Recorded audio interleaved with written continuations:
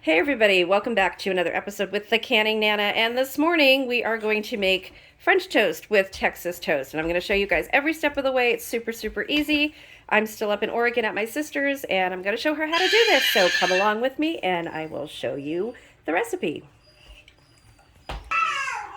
So for this recipe you're going to need eggs. I am going to be using Texas toast, which is the thicker type of toast. Makes excellent French toast, you guys. And I'm going to be putting some cinnamon in. I have some cinnamon sugar here and some organic cinnamon, and then a little bit of vanilla extract. So what I'm going to do is crack the eggs into the bowl, and I'm probably going to be using about a dozen eggs for this because I'm feeding a lot of people. Okay, so we are going to scramble the eggs. I think I have about a dozen eggs in here. I'm just going to scramble these all up. Now, you can add a little bit of milk to this. I'm probably going to add a little bit of milk. And then we are going to add cinnamon and vanilla, and I will show you that as I do it.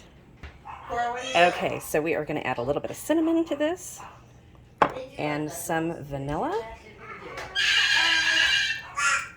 just to give it a little bit of flavoring, and we're going to mix that up. So I did go ahead and add a little bit of milk to this, and you can do it at your discretion. I added probably about a quarter cup of milk to the dozen eggs that I put in here, and then you just mix that all in there. So as you're dipping your toast, you can add more cinnamon as you need. So this is going to need more cinnamon, kind of take it up on me.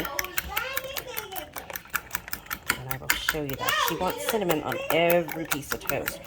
So you can add a little bit of cinnamon as you go if you don't think you're getting enough on the toast. Or you can add cinnamon in the pan when you're cooking them if you don't think it's enough. So I'm going to add a little bit more cinnamon, and I'll be back. Okay, so once you have all your mixture ready, all you want to do is you want to add your toast and soak it in there for just a couple seconds. Push it all down. Now, if you want these really thick and fluffy, you can let it soak for a couple seconds or a couple minutes. Let it all soak up the egg mixture. Don't soak it too much because then your bread will fall apart. There we go. Okay. And then I've got a hot pan right here, getting ready to cook these, and I've got some butter melted in the pan.